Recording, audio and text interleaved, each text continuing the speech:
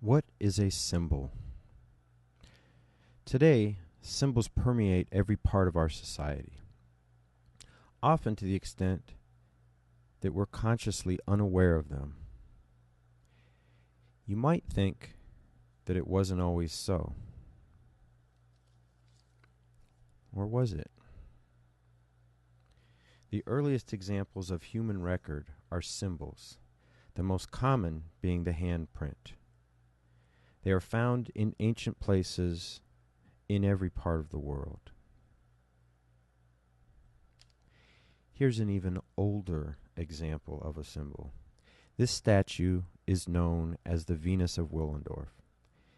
It is a fertility doll, perhaps the oldest known artwork ever found. An ancient farmer created this sculpture out of clay and then planted it in his farm in the hopes that his crops would be bountiful.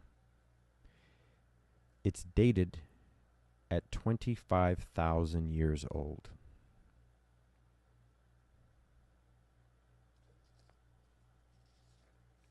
Along the French and Spanish border are a series of caves at Altamira and Lascaux.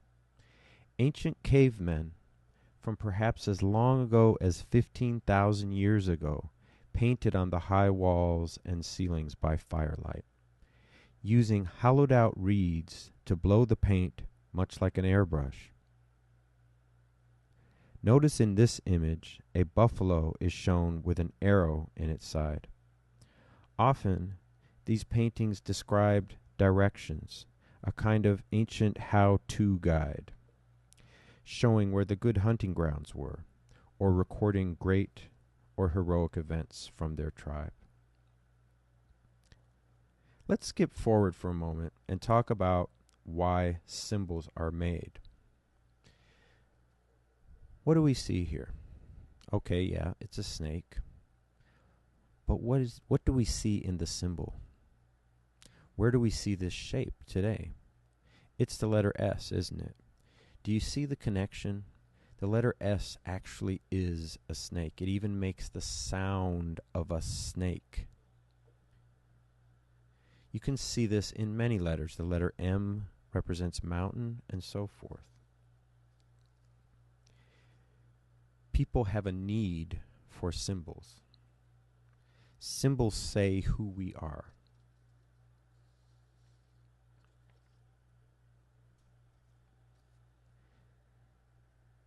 This is called a logo. This is the logo of MGM. At one time, the greatest studio in the world. They wanted to create a logo that would tell everyone how great they were. How do you think they achieved this? Well, they started by choosing a lion. Why? Because the lion is the king of the jungle, of course, the apex predator above all others. Then they decided to do something that at that time had not been done before. They animated the lion. And when sound movies first became available, they added sound to their logo. This is what moviegoers saw before their movie began.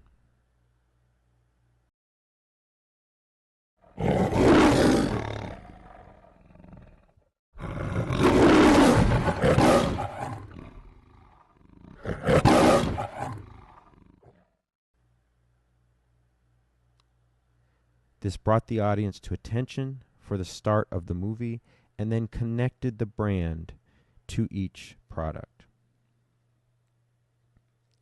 If we look at manufacturing and back in time to World War II, we find an unusual vehicle designed to carry people and things over difficult terrain. The Jeep was seen as a most American invention, which could do almost any task. Here we see it being used as an ambulance. When the war came to an end, everyone wanted one. And they have remained little changed even today. The symbol is as simple as the vehicle. It has maintained the classic Army green as a color and utilized the grille of the Jeep with its trademark circular headlights, along with a simple typography spelling the name. This logo is known around the world as the rugged symbol for the tough little Army Jeep. Let's move forward a few years to the mid-'80s and what kids in Chicago call the Jumpman icon. But where did this symbol originate? Of course, the greatest basketball player of all time, Michael Jordan, was nicknamed Air Jordan. People felt that he nearly flew through the sky. But the logo had a simple origin. This photo, taken at a Chicago park, was the image that launched the fortune of Jordan and the parent company, Nike.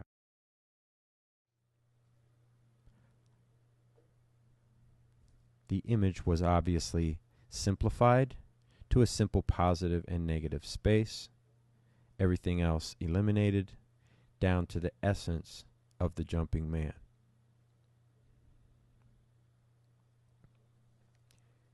Here's another logo, this one for the oldest NFL team of all time, the Chicago Bears. What does it say to you? Many modern teams have incorporated more modern symbols, but this one says tradition, standing the test of time, power and dominance.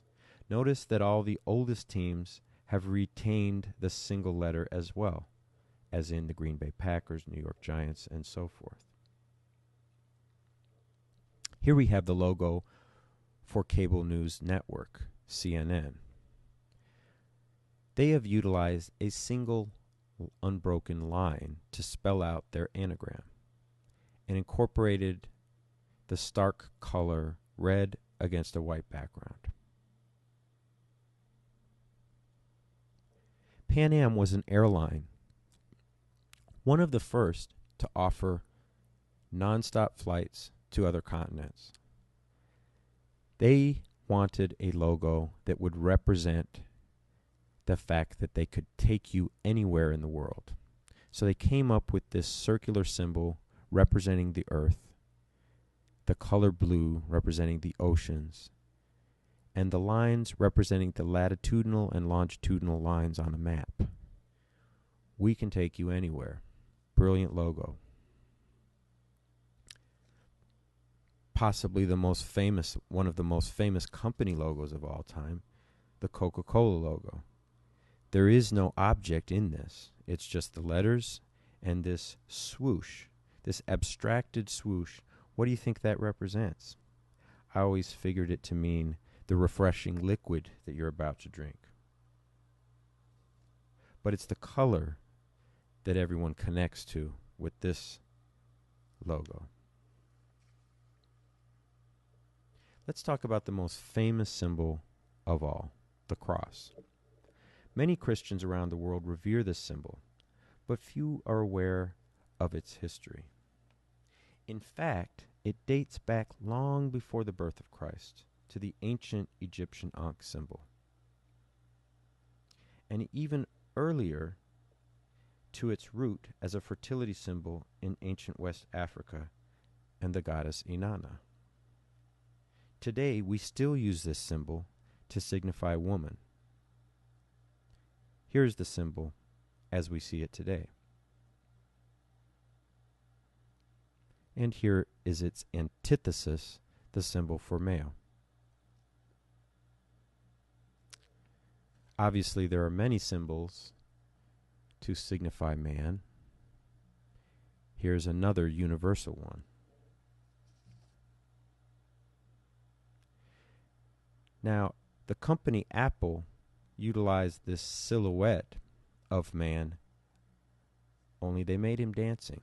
Why do you think they did that? Well, this is an ad for iPod. The only thing that you can see in here that's not silhouetted is the iPod itself. So what are they trying to say? Buy one of these products and you'll be in a good mood just like this guy. This ad campaign was plastered all over bus stops, billboards, and magazines. Symbols also are important for nations. The United States symbol is known across the world. Every school kid knows that the 13 stripes represent the original 13 colonies, and the stars represent the number of states at any given time. Here's another American flag.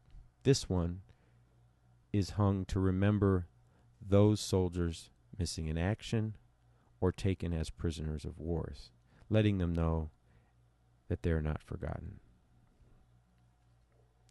Let's move away from countries, companies, groups, and organizations into individuals. How, as an artist, can you incorporate symbols into your artwork?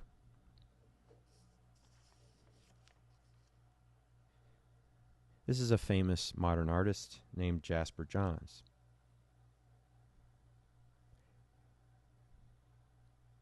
Notice how he's taken the simple symbol of a heart and made an interesting abstracted painting.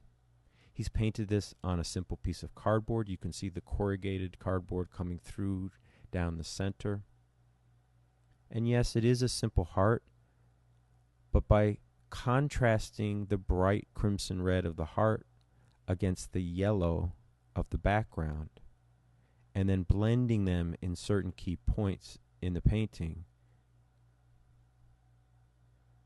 he brings us to another place of abstraction, and where color becomes the key to everything. Another artist, Jim Dine, takes everyday objects and shows them to us in another way. Here we see a monkey wrench almost as a sculpture or a work of art in its own. Jeff Koons is a famous contemporary artist who takes common objects and icons from today and reflects them back to the viewer. What do you think this sculpture says about our society? Now, you might look at this and think, well, that's just a balloon. Not sure what that means. But when you see his process, he created this rabbit balloon out of stainless steel. It's a metal sculpture, and there's one in the Louvre in Paris that's 15 feet tall. Here's another one of his showing Michael Jackson and his pet Bubbles. This one is life-size and made out of porcelain.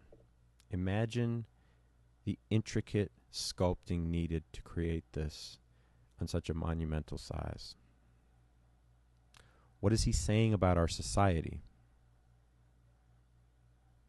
The overindulgence, the opulence. Is it meant to be funny, or is the joke on us?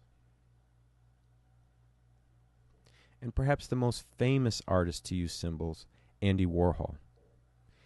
In this, his most iconic of images, the Campbell's Soup label painting, he has taken an everyday object of a can of soup and shown it back to us. He's doing two things here.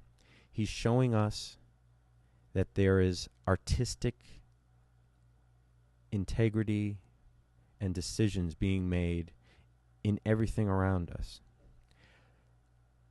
But on a deeper level, he's showing us a work of art in a way and a context that it was never intended to be shown, as a work of fine art. By creating the idea of looking at that as an artwork, he has introduced us to conceptual art. How are you going to create your own logo? Let's think and contemplate on that as we prepare to create our own symbol.